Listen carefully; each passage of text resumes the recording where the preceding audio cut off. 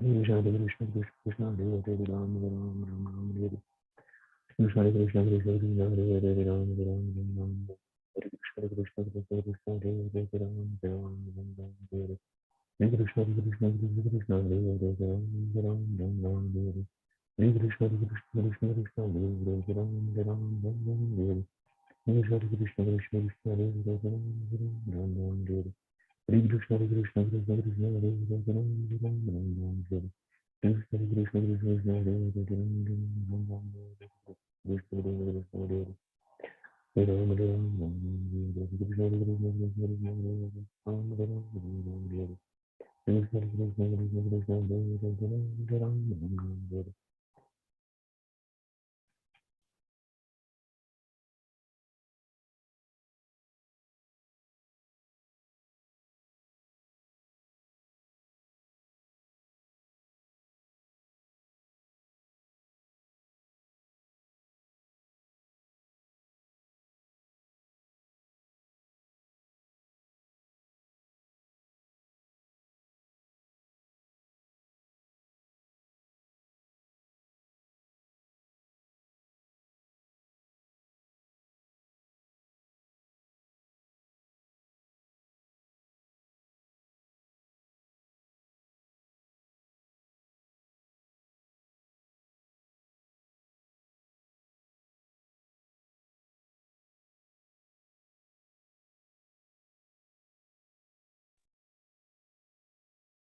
Hare Krishna. Hare Krishna Prabhu, Dandavat Pranam. Hare Krishna Prabhu, Dandavat. Hare Krishna Prabhu, Dandavat Pranam Prabhu. Hare Krishna Prabhu, Dandavat Pranam. Hare Krishna. Om Ajnanaतिमिरान्धस्य ज्ञानाञ्जनशलाकया चक्षुरुन्मिलितं येन तस्मै श्रीगुरवे नमः। श्रीचैतन्यमनोभीष्टं स्थापितं येन भूतले स्वयं रूप कदा मह्यं ददाति स्वपदान्तिकम्। वन्देऽहं श्रीगुरो श्रीयुतापदकमलं श्रीगुरुं वैष्णवांश्च श्रीरूपं साग्रजातं सहगणरघुनाथान्वितं तं सजीवम् साद्वैतं सावधूतं परिजनासहितं कृष्णचैतन्यदेवं श्रीराधा कृष्णपादां सहगणा ललिता श्रीविशाखान्वितांश्च। हे कृष्ण करुणा सिंधु दीनबंधो जगत्पते गोपेश गोपिका कांत राधा कांत नमोस्तुते। तप्त कांचन गौरांगी राधे वृंदावनेश्वरी ऋषभानुसुते देवी प्रणमामि हरिप्रिये। वाञ्छाकल्पतरुभ्यश्च कृपा सिन्धुभ्य एव च पतितानां पावनेभ्यो वैष्णवेभ्यो नमो नमः। नमो ॐ विष्णुपादाय कृष्णप्रेष्ठाय भूतले श्रीमते भक्तिवेदान्त स्वामिनिति नामिने। नमस्ते सरस्वते देवे गौरवाणी प्रचारिणे निर्विशेष शून्यवादी पाश्चात्य देशतारिणे।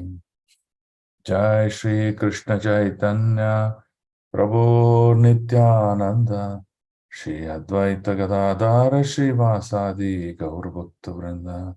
हरे कृष्ण कृष्ण कृष्ण हरे हरे हरे राम राम राम हरे हरे। नारायणं नमस्कृत्यं नरं चैव नरोत्तमं देवीं सरस्वतीं व्यासं ततो जयमुदीरयेत्। नष्टप्रायेषु अभद्रेषु नित्यं भागवतस्य सेवया भगवती उत्तमश्लोके भक्तिर्भवति नैष्टिकी। मुखं करोति वाचालं पङ्गुर्लङ्घयते गिरिं यत्कृपातमहं वन्दे श्रीगुरुं दीनतारिणम्। परमानन्दमाधवं श्रीचैतन्यमीश्वरम्। ॐ नमो भगवते वासुदेवाय।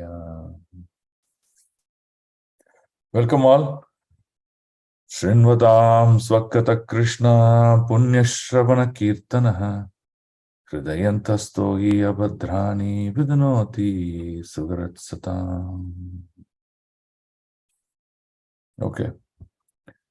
So, in the last sessions, we completed 5 questions of Naimisharanya. That means the questions asked by the rishis headed by Shaunaka Rishi to Suta Goswami. So we finished 5 questions. We'll do the 6th question, which is the conclusion of the first chapter. So the first chapter is all about understanding the first 6 questions, understanding about who's Lord as an introduction, then understanding about the preacher, Sukadeva Goswami, Suta Goswami, then understanding Srimad Bhagavatham as a great subject. This all is encompassed in the first chapter. So now, second chapter onwards, we will see Suta Goswami is answering these 6 questions one by one. Okay. So we completed till 19, right? Or we did 19's over? No, Prabhu, 19 we have to do. 19 we have to do. Okay. So, Canto 1, Chapter 1, Text 19. Vayam tuna vitrapyama uttamasloke vikrame yat shrinvatam rasajnanam swadu swadu pade pade. Okay, let's look at the translation. Now, there's a conversation between Suta Goswami and the rishis, right? So that conversation is where we are having this discussion. So, text 19. Now, what was text 18? They're asking, the 5th question, they're asking, what are the Leela avatars of the Lord? What are the transcendental pastimes of the Lord? So, in continuation to that question, this conversation is happening. So now they're saying, we are never tired of hearing the transcendental pastimes of the Supreme Personality of Godhead, who is glorified by hymns and prayers. He's called Uttamasloka. Those who have developed a taste for transcendental relationship with him relish hearing of his pastimes every moment. So now they asked the Leela avatars, now they're justifying why they're asking it, right? So now Prabhupada writes in his purport that what is the difference between mundane stories or material activities stories versus transcendental stories, right? So now I was in fact discussing this morning also. So you see, mundane stories, they reach what is called as satiation. Satiation means, no, I can't eat it anymore. I can't see it anymore. I can't hear it anymore. I can't do it anymore. Anything you take in mundane, be it eating or performing that activity, that means doing the same thing again and again. It's called mundane. So mundane activities are practiced by mystic yogis, Mayavada philosophies, on many of those things, right? Because they don't understand Krishna, right? But Bhagavatas, what they do, they only hear Krishna Rama, their pastimes, their acts. So they never get satiated. For example, you are all getting up in the morning, early morning, doing a chanting for years together. You're all doing your arati for years together.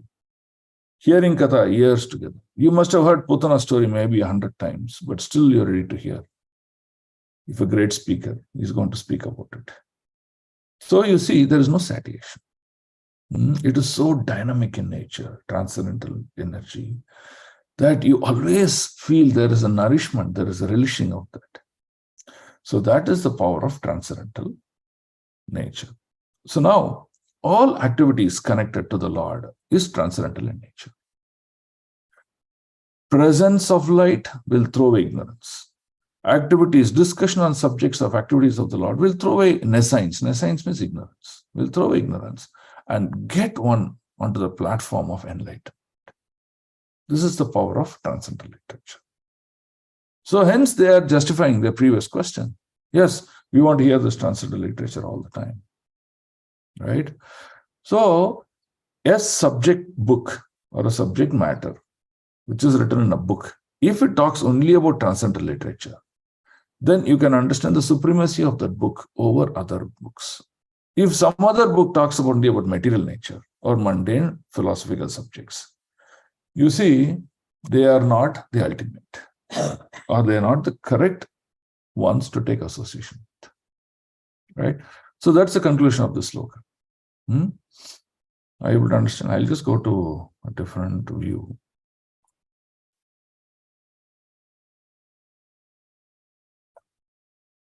Okay, so that's what they're referring in the sloka number 18. Now let's look at sloka number 20.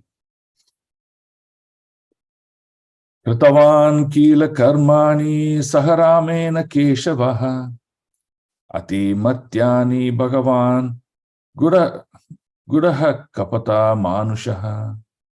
So here you see this Ramena refers to Balarama, right? Then this acts of doer and the acts itself. Kritavan kila karmani, right? So they're talking about Sa Ramena Keshava. Keshava refers to Krishna, where Ramen refers to Balaram. That means they're now asking about the activities of Krishna and Balaram. Okay. Now it says Atimartyani. See, Martya means a person who are mortal souls. Atimartyani means people who are beyond this mortal souls. That means you can call someone like a superhuman, right? So now they're telling when Krishna and Rama, when they descended on this earth, earthly planet, how is that they performed such wonderful superhuman activities? And even though he performed superhuman activities, they were masked. It looked like ordinary, but it looked like superhuman. It looked like both. So how is it possible? So we want to know and hear from that.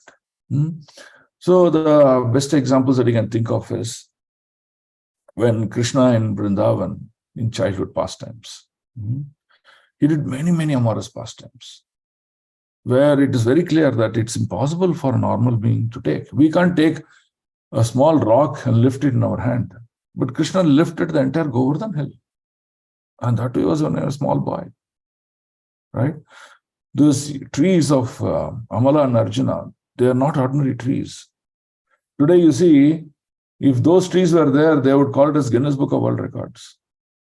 Massive they were, massive, and they're tall. Bhagavatam describes those trees, almost the edge of the tree almost touched the spiritual sky. That's how tall it was. Right?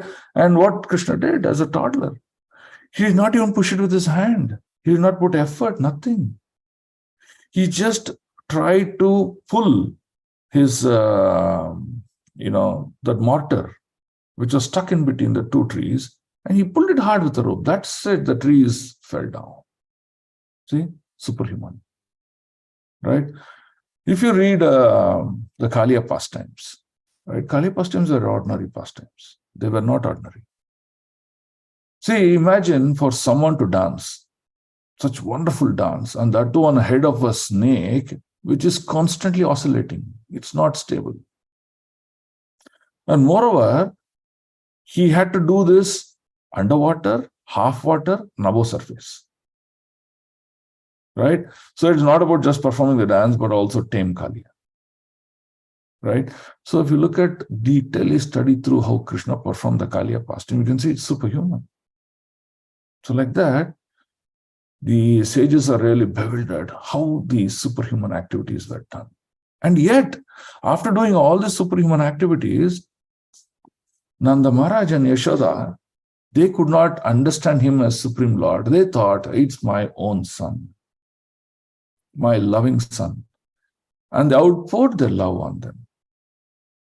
They exhibited the highest quality of Vatsalya Rasa. Right? So you see, even though they were superhuman, it was masked.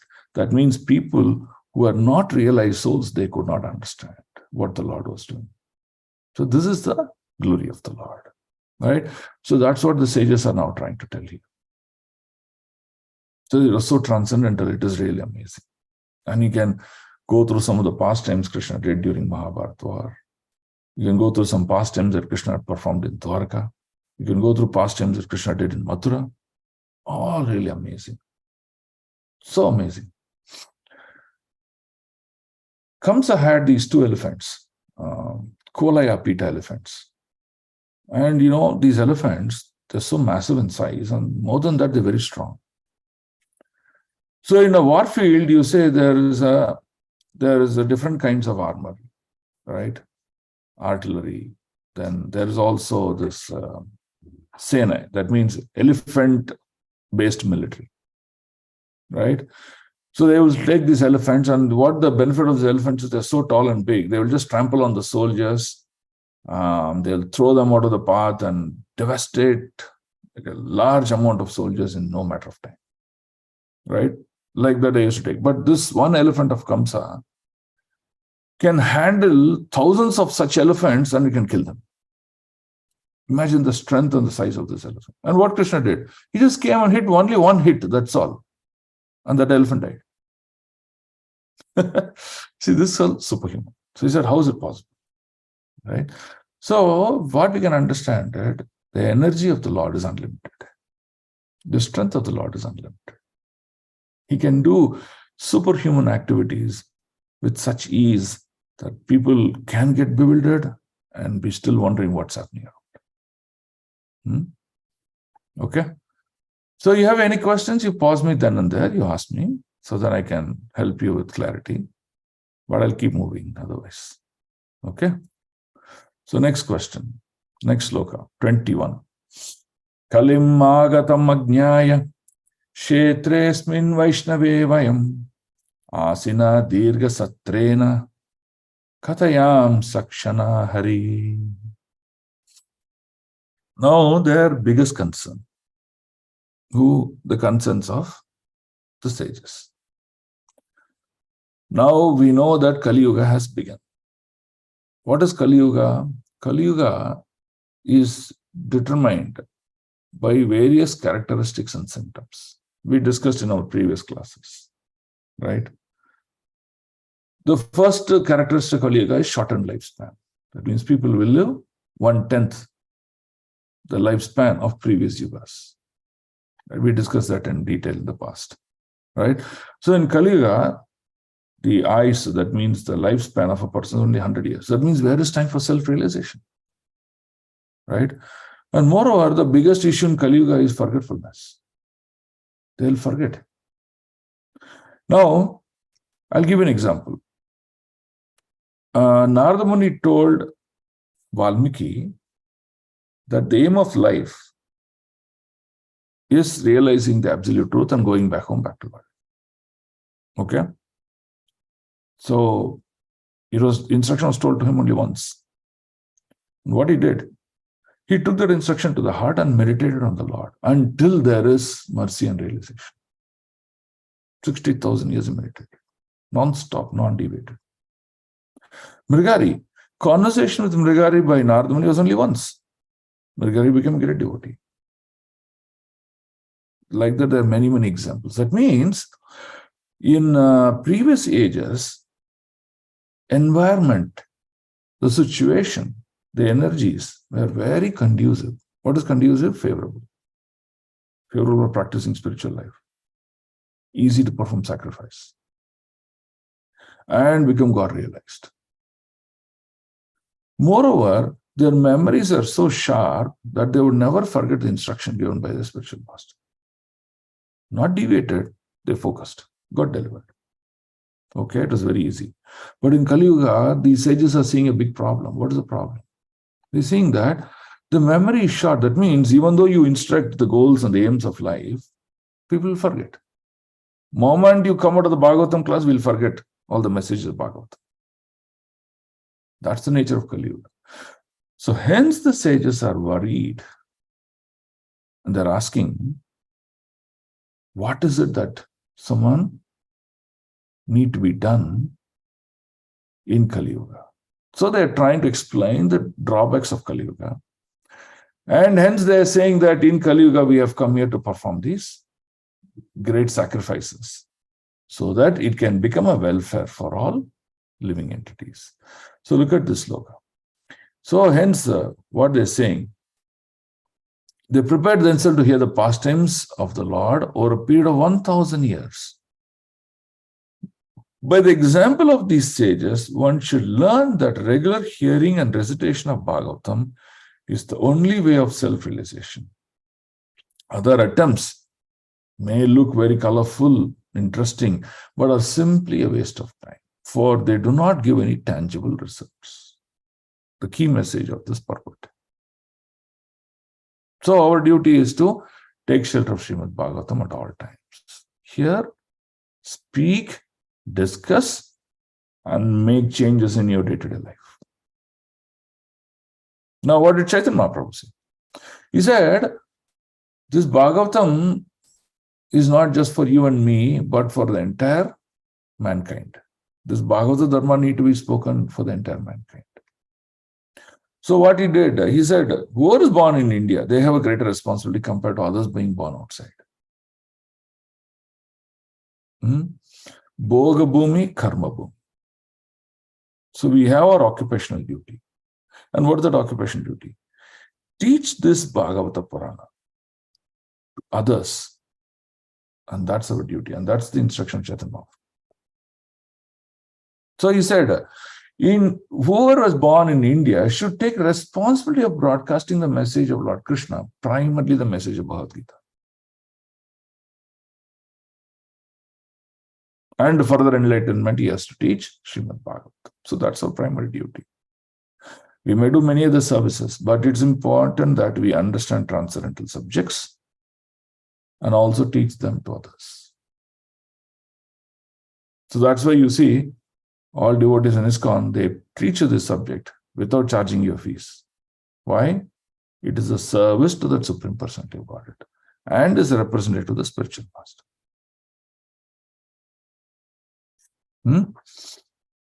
Okay. So, all the sages, they are assembled here to perform this great sacrifice. What is the great sacrifice? To hear at length. What is the meaning of hear at length?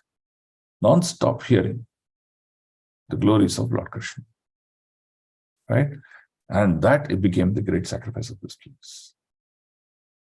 Okay. Text 22.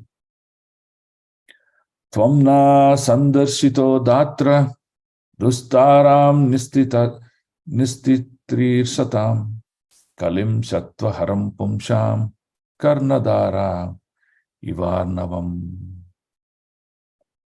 Okay. Sandarshito is meeting. So now they are saying, why are we all meeting here? It's all arrangement of the Lord. Datra is by providence. By providence means by Almighty, by arrangement of the Lord. Lord made this arrangement that we all assemble here and to take shelter of you, to meet you.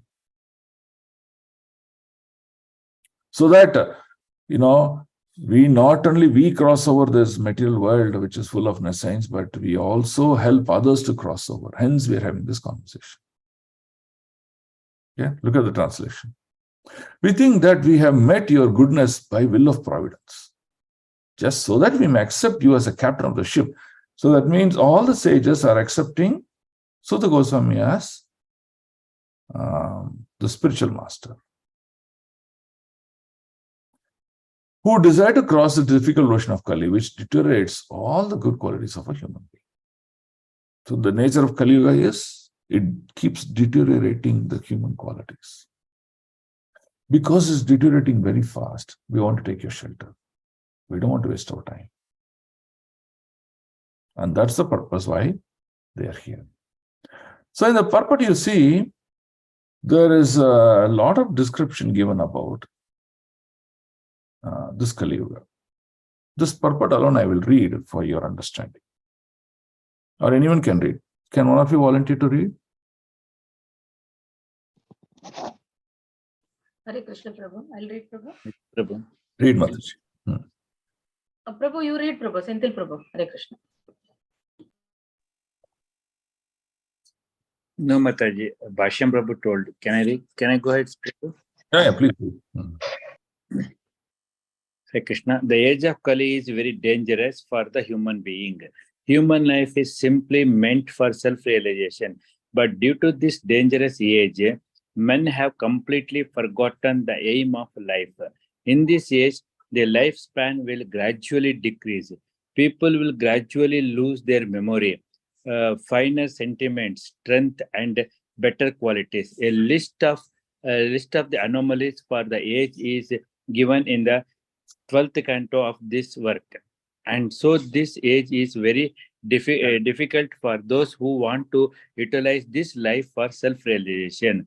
The people are so busy with sense gratification that they completely forget about self-realization. Out of madness, they frankly may say that there is no need for self-realization because they do not realize that this brief life is but a moment on our great journey towards self-realization. The whole system of education is geared to sense gratification, and the so-called education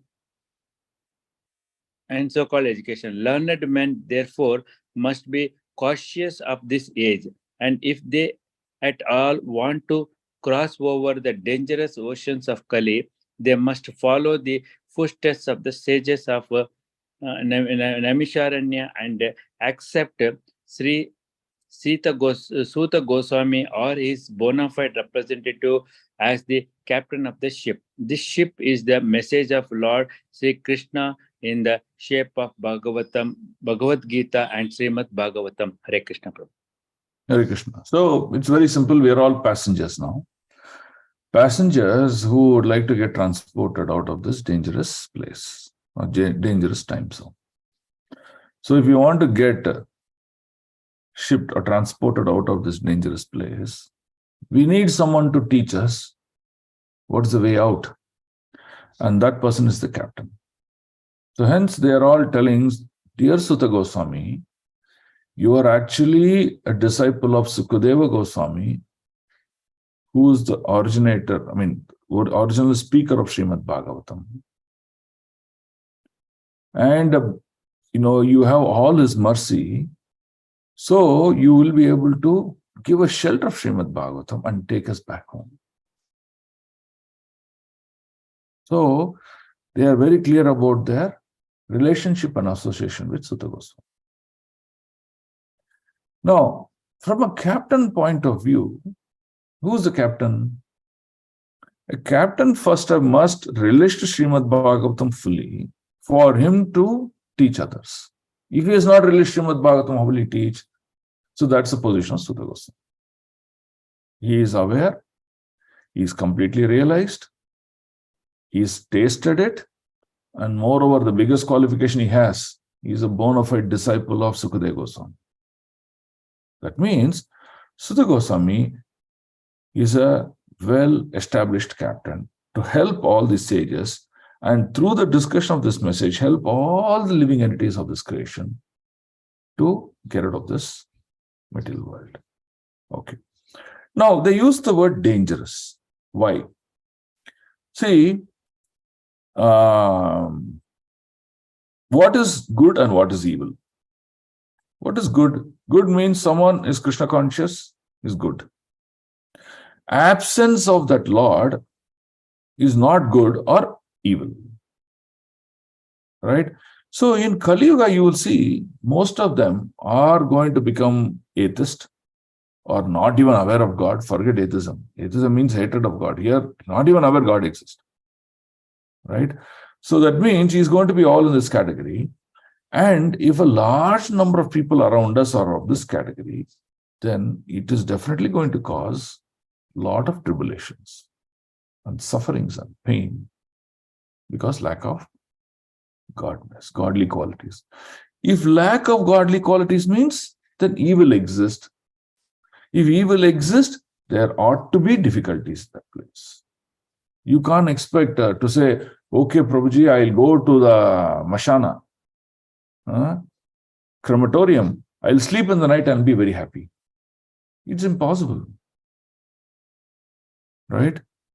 You cannot sleep among the dead bodies and say, I'll be still happy. So that's what we're doing. We are trying to search for happiness in a place where evil mentality is growing stronger and stronger day by day. So you have two options. One option is preach the glories of the Lord so that evil mentalities are subsided and they become godly. And another is you also change your consciousness so that you complete a journey of human life and return back to Godhead. That's the key point to understanding. This purport is very important. This sloka is also very important. So we should understand this point very clearly. Is the detailness giving you clarity? Yes, Prabhu. Prabhu, there is one sentence. Out of madness, they frankly say that there is no need for self-realization. Can you throw some more light on that, Prabhu? Okay. So the people are so busy with sense gratification that they completely forget about self-realization. That means 100% bodily conscious. And they are bodily conscious that they want to keep on gratifying their senses in all possible dimensions. Nothing else they want to do. Okay. Then, out of madness, they frankly say there is no need for self-realization. You don't need to do all this process of self-realization that has been talked about. That is all old age, they're saying. Why? Because they do not realize that their brief life is but a moment of great journey towards self-realization. Right? They're saying that your lifespan is too short. And in this lifespan, you just complete this lifespan. At the end of your lifespan, you will become self-realized. That is the kind of examples and conclusions that they give. Rather than making changes to the consciousness while I am alive in this world. So, self-realization doesn't happen. They just involve themselves in enjoyment, sense gratification, completely, manifest their ego to the fullest. What's the manifestation of ego to the fullest? Is all about me and myself. What is in it for me? So that is the kind of consciousness they're developing. Hence, there is no self-realization. Yes, Prabhu. Thank you, Prabhu. Hare Krishna, Prabhu. Hare Krishna. Is this purport clear for newcomers, others? Because this purport forms the basis of the next question, the sixth question.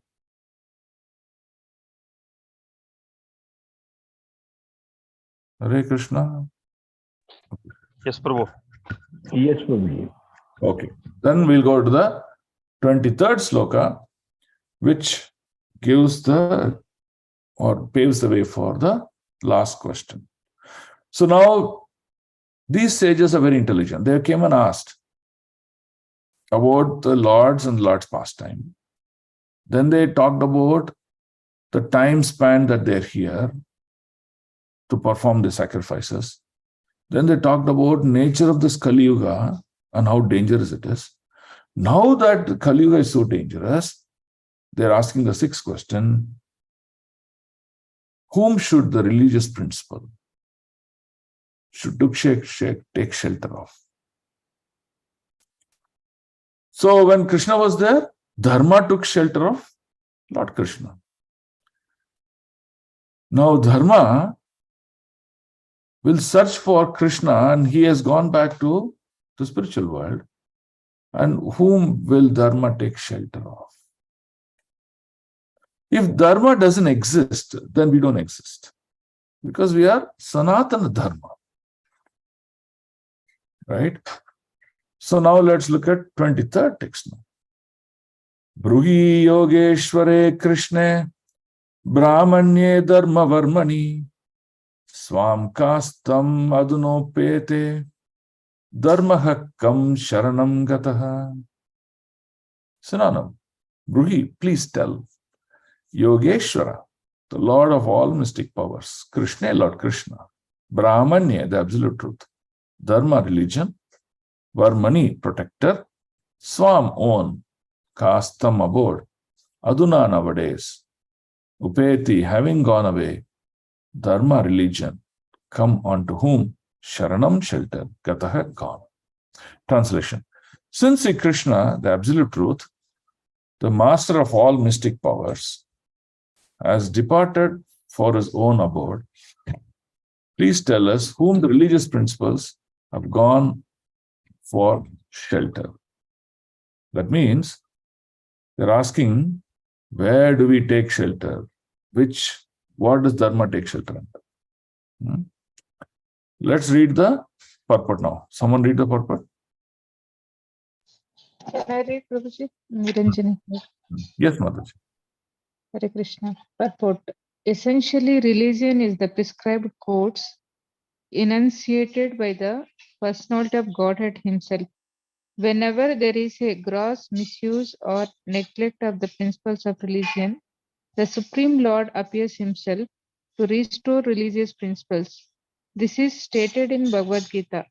Here, the sages of Naimisaranya are inquiring about these principles. The reply to this question is given later. The Srimad Bhagavatam is the transcendental sound representation of the personality of Godhead. Thus, it is the full representation of transcendental knowledge and religious principles. Thus, the Bhaktivedanta purports of the first canto, first chapter of the Srimad Bhagavatam, entitled Questions by the Sages. Hare Krishna. Hare Krishna. So now you can see what is the answer for this question? Take shelter of Srimad Bhagavatam. So Dharma, which took shelter of Krishna while he was there performing his pastimes on this world, after Krishna departed, Dharma took shelter of Srimad Bhagavatam. But here there is a question. Where did they take shelter? Which is going to answer. Okay? Is this clear so far? Yes, Prabhu. Just a second.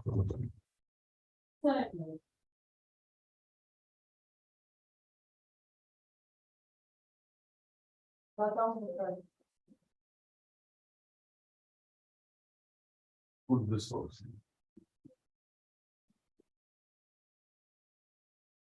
Yeah. Okay. So now, that makes us to move to chapter 2. Okay, so what are the key things that we learned in chapter 1? You should go in the sequence. What's the first thing we learned in chapter 1?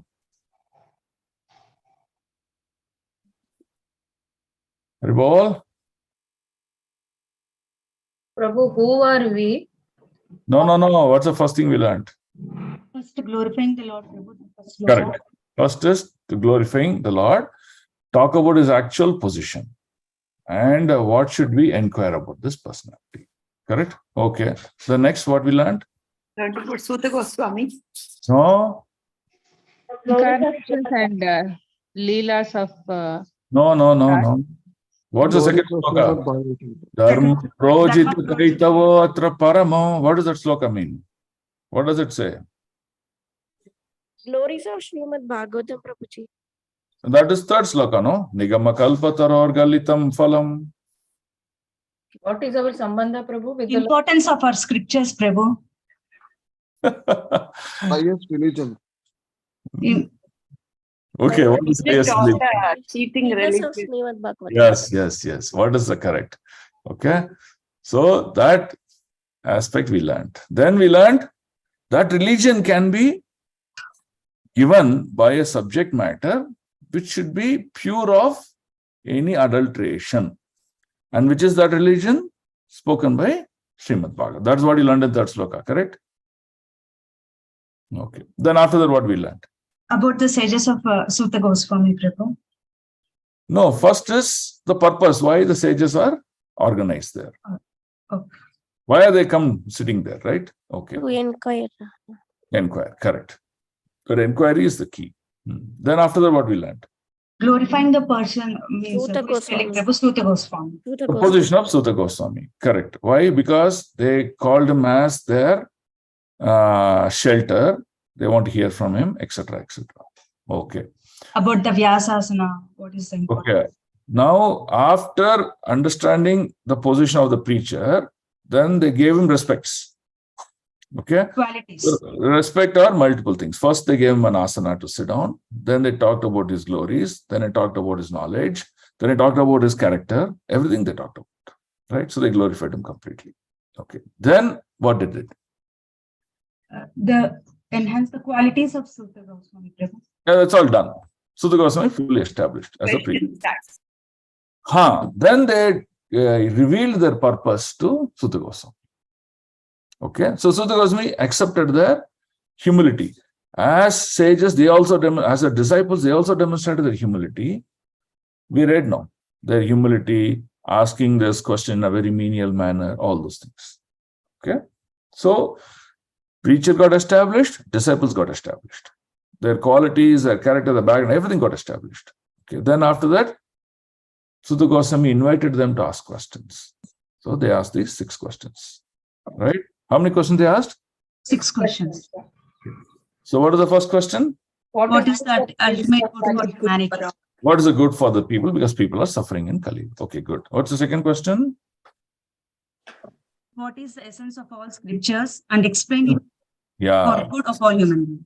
Correct. Because there are many, many scriptures in this whole world. We are confused. Which to take shelter? Here, this, that, we don't know. So you tell us, if you tell there are 100 scriptures, we don't have time to read all of them. Just give it that essence, that juice. We gave the example of fruits, no? If I take hundreds of fruits, crush them and produce that small essence, which I can just drink it in a half cup of glass, like that. Give us that essence, right? Okay, good. Second, third?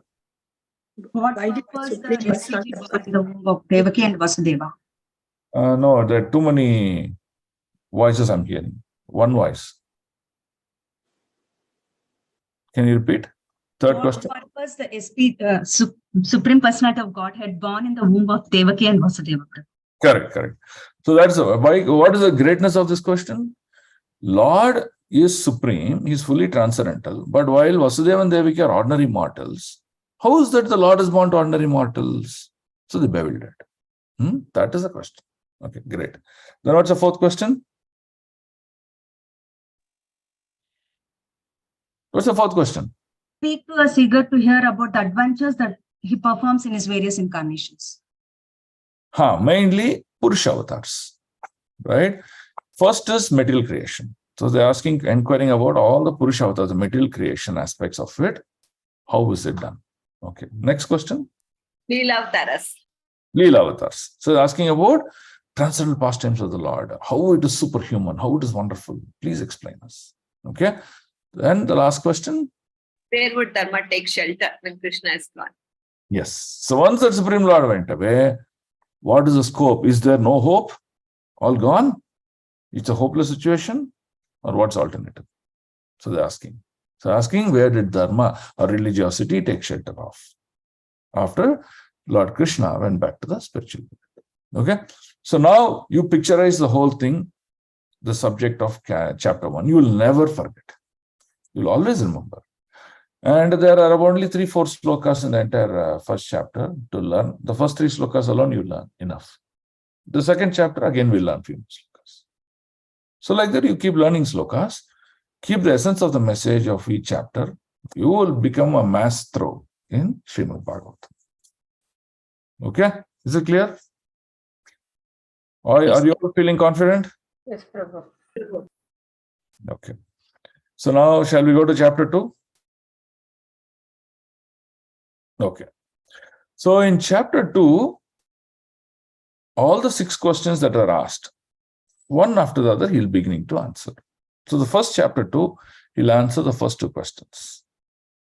Right? Before answering the first 2 questions, Sutta Goswami will thank the sages for asking such wonderful questions. Then he'll also offer his obeisances to his spiritual master. Why? Because without the mercy of his spiritual master, there is no way he can speak.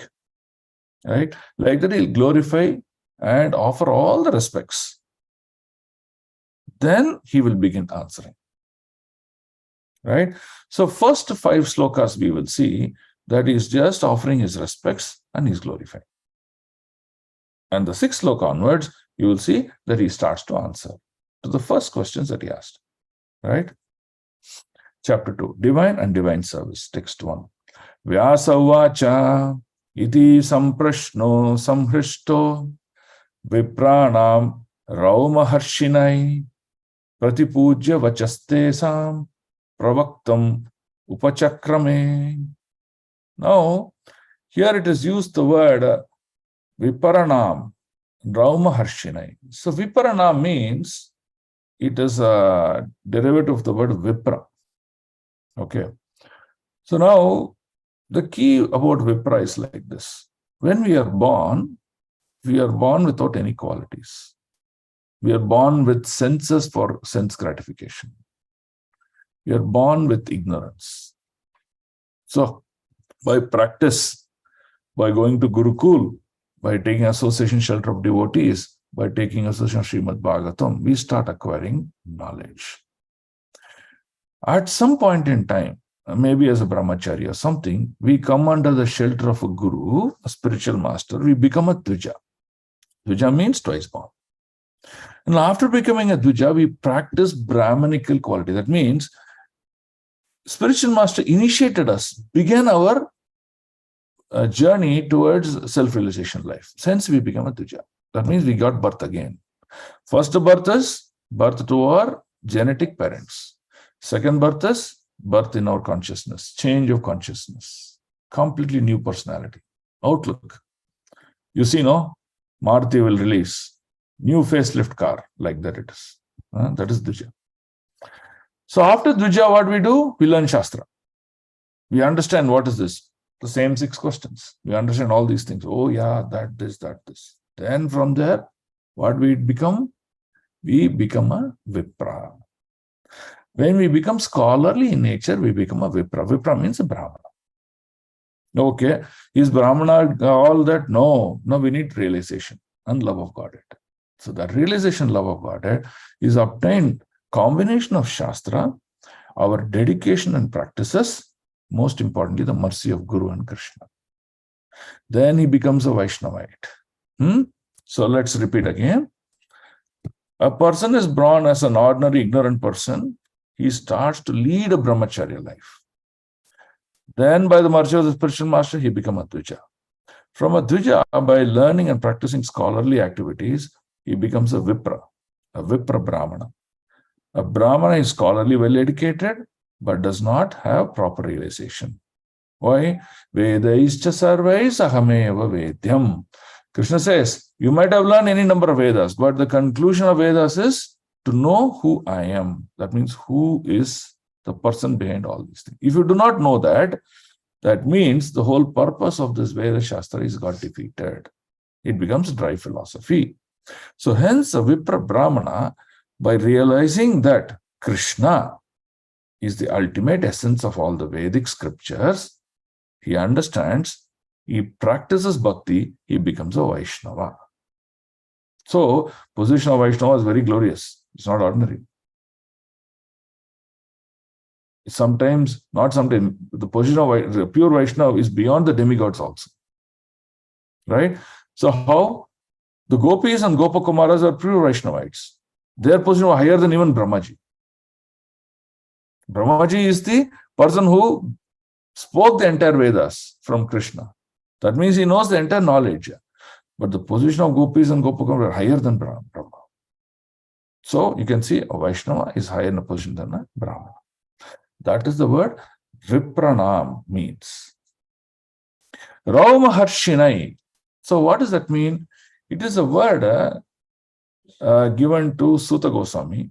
He is called Ugrashrava. Ugrashrava is the name of Suta Goswami because he is son of Romaharshana Rishi. Now what happened in that past time?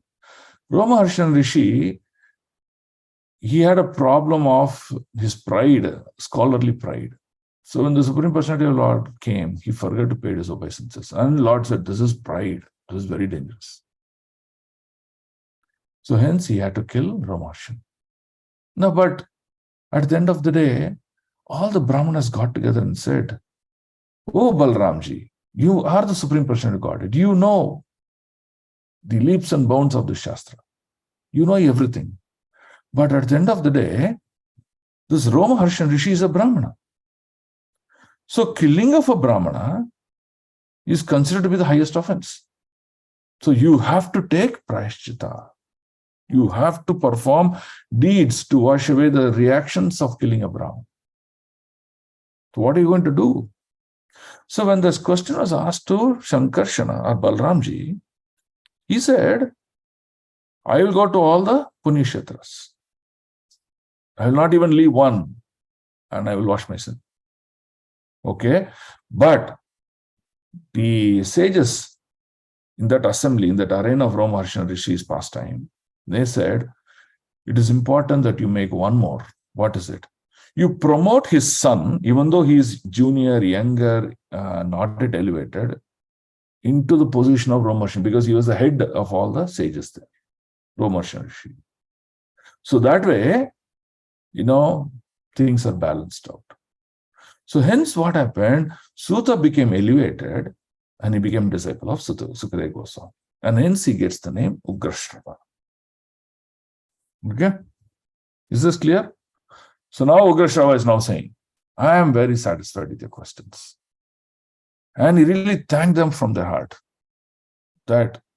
for asking such intelligent questions. Because this is the need of the hour for the living entity. Right? Is this clear? Shall we move to the next text? Okay. We want to at least cover the 5 texts today so that we are setting our base for the discussion of the first question in the next class. Okay, text 2. Sutavacha yam pravarjantam anupetyam apetakrityam dvaipayana viraho katara ajuhava putreti tanmayataya taravo nedus tam sharva bhuta hridayam munim anantosmi. Now what is he doing? Suta Goswami. He first thanked for asking very good questions. Okay. Now he is glorifying his spiritual master. Right? So this pastime of Sukadeva Goswami is very, very brilliant. Okay.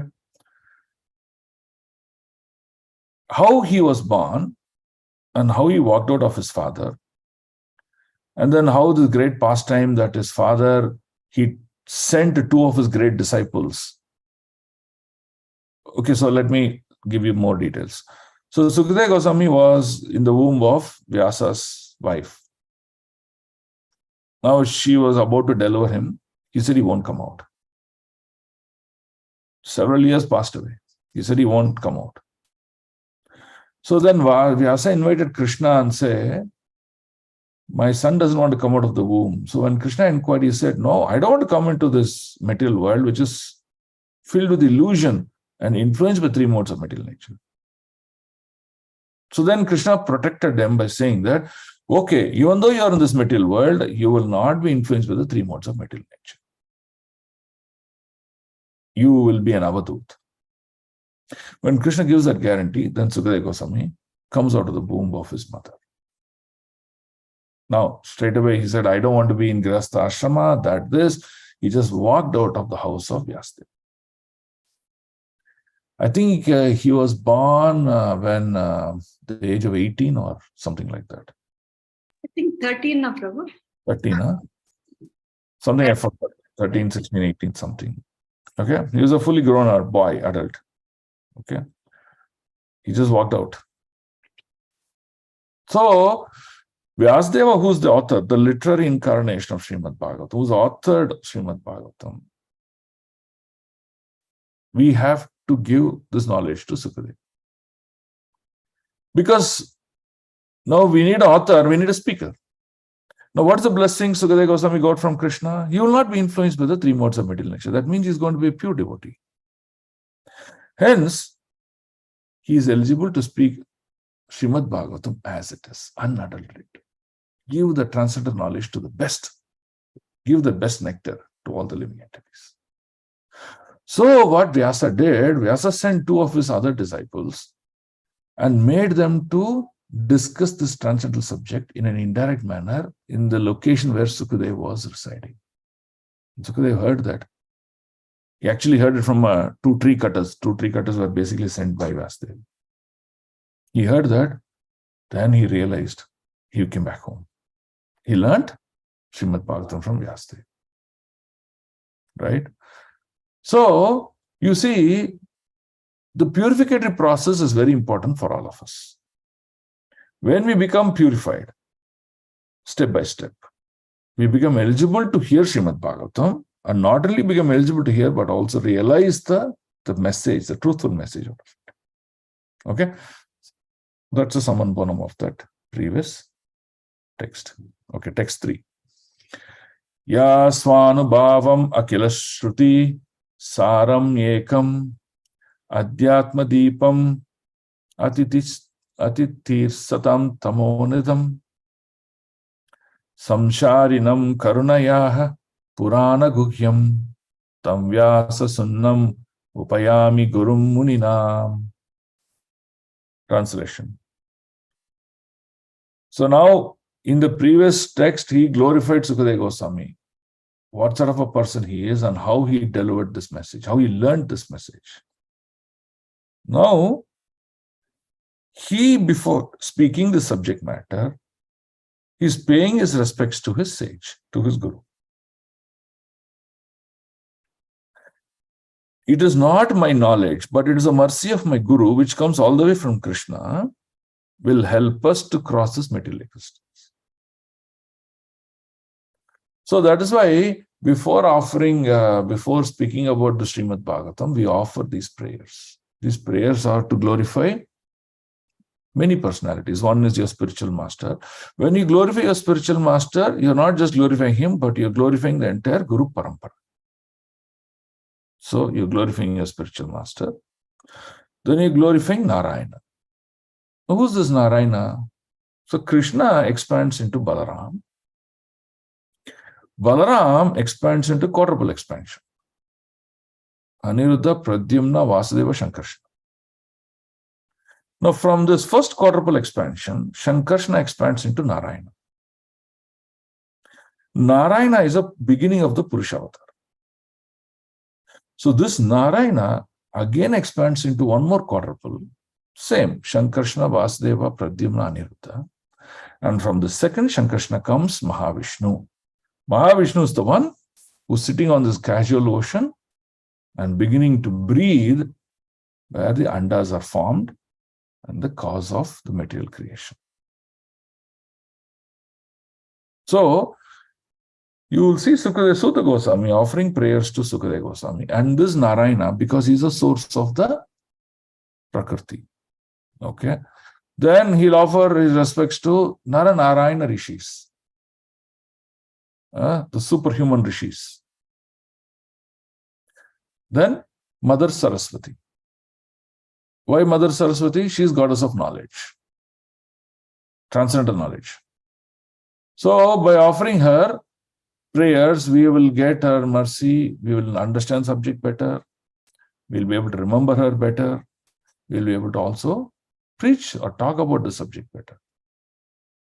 So hence you will see that he starts to paying obeisances to such personalities. You will see that in this and next sloka. Okay. You can read the purports. You can see the purports and how the position of Srimad Bhagavatam is. Now, the biggest example that Prabhupada gives here is, he gives the example of a camel. Now, what does a camel do? It goes in the desert and it eats cactus. The cactus by nature is very thorny. So when it eats the cactus, what happens? The cactus along with the thorns enters its mouth and it starts to tear the skin of the mouth and the tongue and everywhere, and the blood oozes out. So when the blood oozes out, the blood is a little bit salty in nature. The camel enjoys the taste of cactus much better than what it is. And hence it thinks that is enjoyment. But it's not its enjoyment. Okay, it is its foolishness. So similarly, the material subjects in this,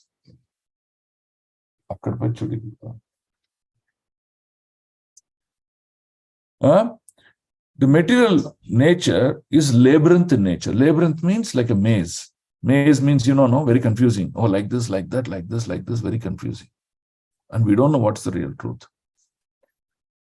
So hence, Sukadeva Goswami is teaching this subject, and Sutta Goswami is telling that by taking shelter of my spiritual master, we will get this transcendental subject knowledge, which will help us to cross these difficulties of life. Yeah, so that's what has been explained here in this part. You can read this. Okay, we'll just read 2 slokas, text 4 and text 5, and we will end the class today. Okay. So now he is offering respects to his spiritual master. Now that is the sloka for offering respects. Text 4. Narayanam namaskritya naram chaiva narottamam devim saraswatim vyasam tato jayam udirayet. Okay. So look at the translation.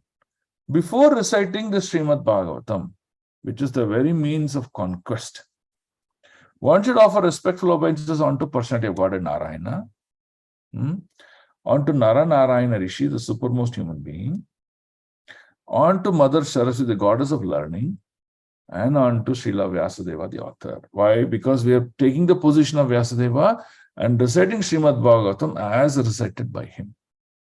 Hence, that position is called Vyasahasana. Vyasa, his chair, his seat, Vyasasana. So, Sutta Goswami is offering all these respect to these 4 personalities. Who are they?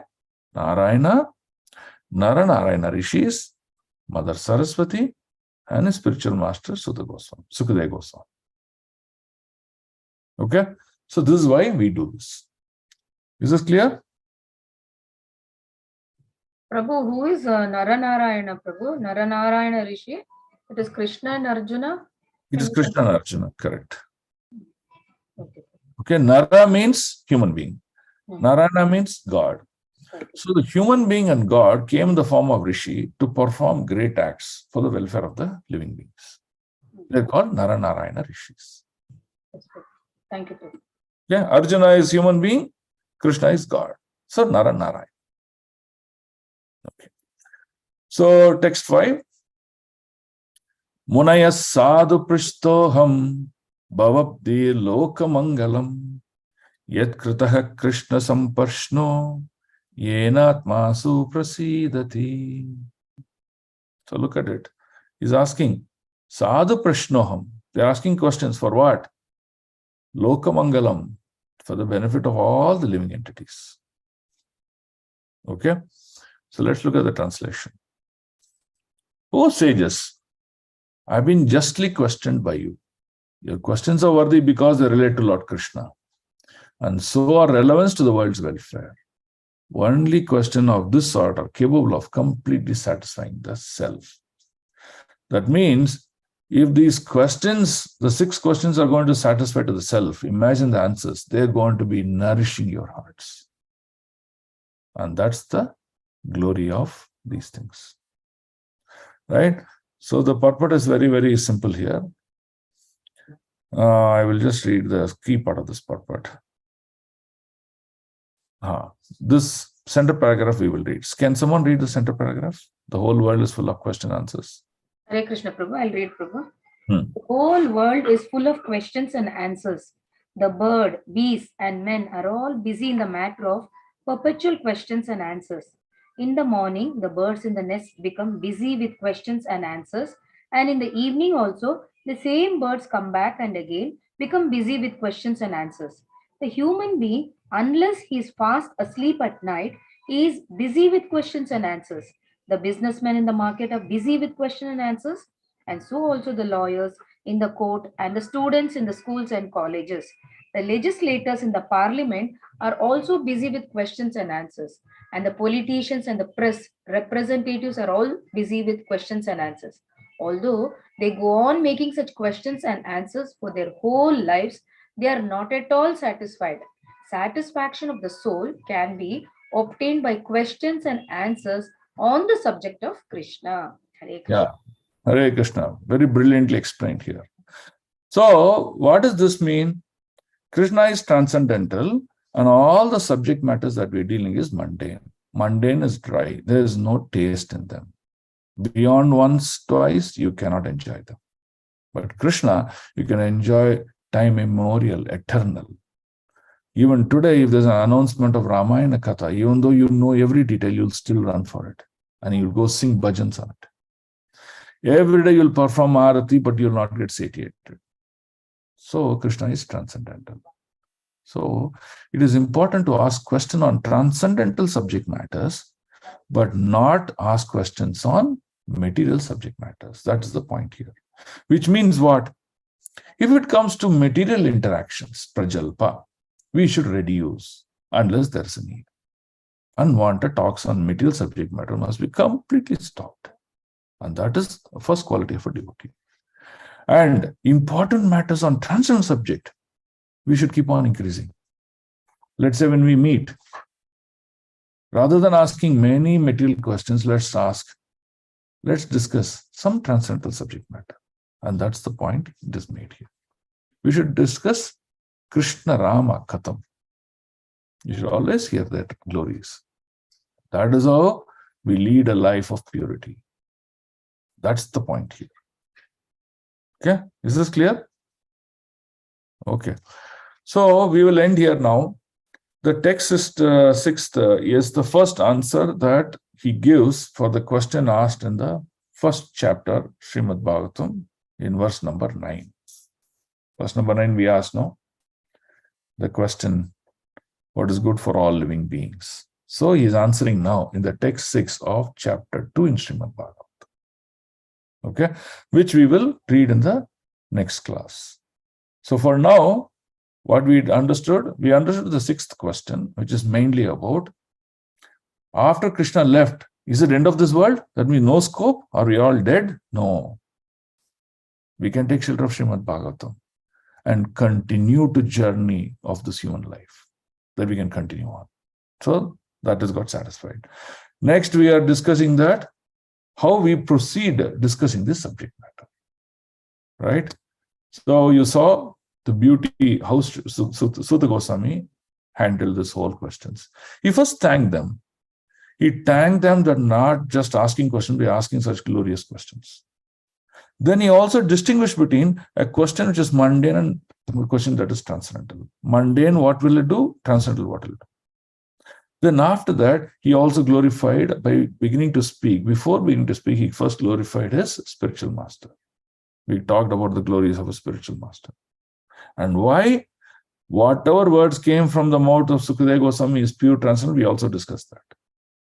Then he offered all the prayers to Narayana Rishis, to Mother Saraswati, and to his spiritual master. Then he began to speak. Okay, so stage is all set. The speaker is set, the students are set, they're all very eager. They're showing so much of eagerness that they're saying, we don't want to drink water, we don't want to eat any food, we just want to focus on hearing whatever you're saying. So that's the quality of a disciple, and the quality of a preacher we discussed. From next class onwards, we'll start discussing answers to these questions. Okay, 5 minutes, we'll take questions now. Yeah. Why is that he's paying obeisances to Narayana Rishi? Okay, so there is a question from Gandharvika here. Why is he paying obeisance to Narayana? Okay, so when you pay obeisances to Krishna, to your spiritual master, I said you're paying obeisances to your spiritual master who's a representative of the entire Guru Parampara. But where does Guru Parampara originate? It originates from Balram because he's called the Adi Guru. And where did Balram originate from? Krishna. So it is important to pay obeisances to the Supreme Lord and then continue to move on obeisances to others. Now, you may ask, why is saying Narayana, why not Krishna? Okay. From a perspective of living entities in the material world, Narayana is the Lord because he is the first expansion of the Purusha avatars. So hence, the Shastra tells you pay obeisance to Narayana. Okay. That's the whole point. Does it help you? Okay. Any other questions?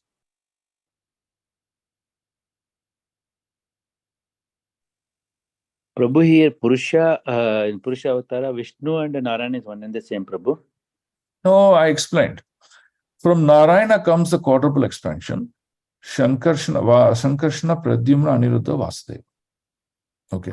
Now from second quadruple expansion comes Mahavishnu. Mahavishnu has three types of expansion. One is Mahavishnu, Garbhodaksha Vishnu, Shirodaksha Vishnu. Shirodaksha Vishnu is the one that is existing in you as Paramatma.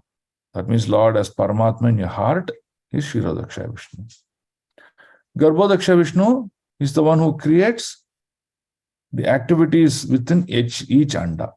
That means He is the one who creates Brahmaji within each material universe.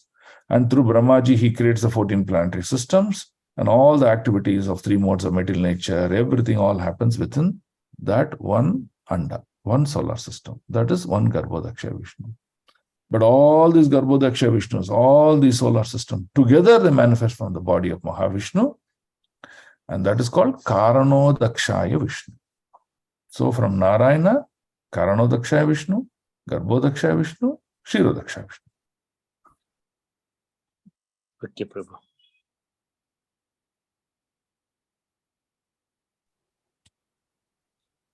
Others? Hare Krishna Prabhu. You said Nara Narayana Rishi Prabhu. Narayana, you explained. What about Nara Prabhu? Nara is a human being. Okay. So why human being and why Narayana? Right. So we should go through that pastime very detailedly, how they manifested. If you go through that pastime, then you'll understand the intricacies. So if you see this Kartavirya Arjuna, not Kartavirya Arjuna, Sahasra Kavach. So this person has 1,000 layers of kavacha on his body. 1,000 layers of kavacha. Kavacha is like armor. Okay. So if you're wearing an armor, if you shoot a bullet, the bullet cannot penetrate an armor. That means he's protected. Okay. So there's one demon who's got 1,000 layers of armor on his body. Okay. So to remove this armor, a god cannot come and remove armor. Only a human being should come and remove that armor. And how we should remove the armor? You should fight with him, defeat him, and remove that armor. But he also got a benediction that when he removes that one layer of armor, that means only one layer of armor can be removed by a human being in one lifetime. Okay. So when you remove the armor, what happens? He can have that. When he removes armor, the person who removes armor dies. So like that, he had a benediction. And that is your Karna that you are seeing in Mahabharata. That's why he was born with Kavacha and Kundala by birth. That one left over, he was born with.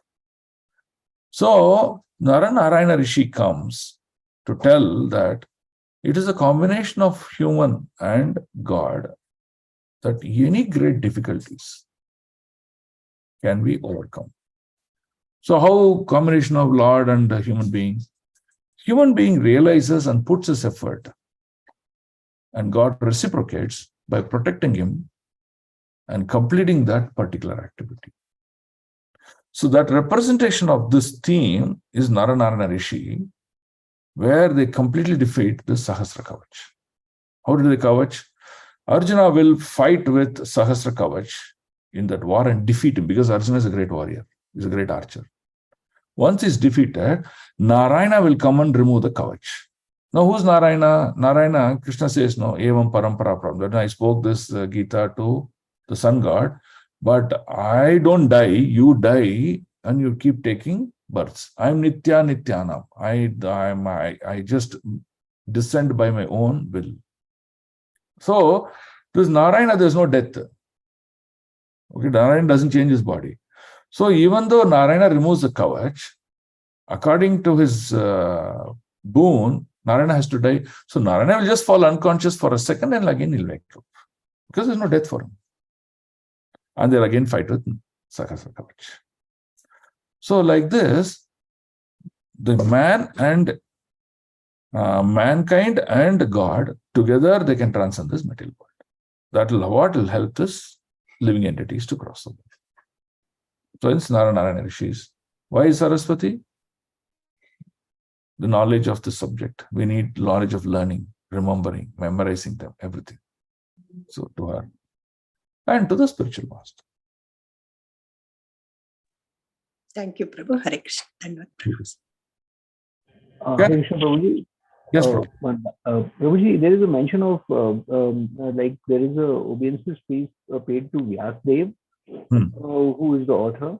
So at this point in this discussion, was Bhagavatam already compiled, or is it a reference to sometime which will happen in future? No. Bhagavatam was compiled by Vyasdev under the instruction of Narada Muni. Now, how did Narada Muni teach to Vyasadeva? Narada Muni was taught by Brahmaji. And how did Brahmaji teach Narada Muni? Krishna spoke the Vedas to Brahma. Okay. So Lord Krishna speaks the knowledge of Srimad Bhagavatam to Brahmaji. Brahmaji speaks the knowledge to Narada Muni. And Narada Muni asks Vyasadeva to write this knowledge, to pen it down, because he's a literary incarnation. You create in the form of learnable methods. Okay. So Vyasadeva compiled this entire Srimad Bhagavatam. Now, okay, it is there in a book format. Knowledge is not come out of it. It is enclosed now. So someone has to take the knowledge and give it to the whole world. And that's what Sukadeva Goswami does. So he gets trained under his father and he gives this entire knowledge to the whole world. Okay, thank you. Okay. Any last question or we are done? Okay, thank you. Hare Krishna Prabhuji. I hope all of you learned the subject very nicely and had a good nectar in the early morning. I wish you a wonderful week of learning Bhagavata. Whatever slokas we discussed today, please ensure to learn the purport today itself. Today is a Saturday. Please take time to learn today. If you learn today, whatever I taught you will assimilate the knowledge and become strong memory in your heart. So you will know Bhagavatam very well. Okay? Grantaraj Bhagavatam ki jai, Srila Prabhupada ki jai, Gurudev ki jai, Nitai Gaur Premanande, Vancha Patarobhyascha Kripa Sindhu Bhyevacha, Patitanam Pavanebhyo Vaishnavebhyo Namo Namaha, Ananta Koti Vaishnava Vrinda ki jai, Vaishnava Thakur Srila Prabhupada ki jai. Om Tat Sat. Hare Krishna Prabhuji. Hare Krishna Prabhuji, one question Prabhuji. Okay, Mataji. As you said, Bhagavatam is written by Vyasadeva and spoken by Sukadeva Goswami. Yes. Oh, thank you. Okay. Okay. Thank you, Prabhu. Have a great day. Hare Krishna. Thank you, Dandavat Pranam. Thank you, Prabhu. Hare Krishna. Thank you, Prabhu. Dandavat Pranam. Hare Krishna. Hare Krishna. Dandavat. Hare Krishna Prabhu. Krishna Prabhu, Dandavat Pranam. One question, Prabhu. Yes, Mataji. Prabhuji, I need all the Prabhuji's and Mataji's blessings, Prabhu, from you, Prabhu, especially. I started teaching Bhagavad Gita slokas in my apartment, Prabhu, for the kids. So 2 weeks over, Prabhu. So for my progression, please bless me, Prabhu. Amazing. All glories to you, Mataji. You're doing something really wonderful. Exactly like what Chaitanya Prabhu told. So we'll pray for you. Hare Krishna, Krishna Krishna, Hare Hare. Hare Ram, Ram. We wish you all the best. And anytime, Mataji, you have doubts, question, need help, please call me and we will do whatever needs so that you can be successful in this endeavor that you're doing, Mataji. Okay? Thanks, Prabhuji. Hare Krishna. Hare Krishna. Hare Krishna Prabhu, Dandavat Pranam. Hare Krishna, Dandavat Pranam. Hare Krishna Prabhu, Dandavat Pranam. Hare Krishna, Dandavat Pranam.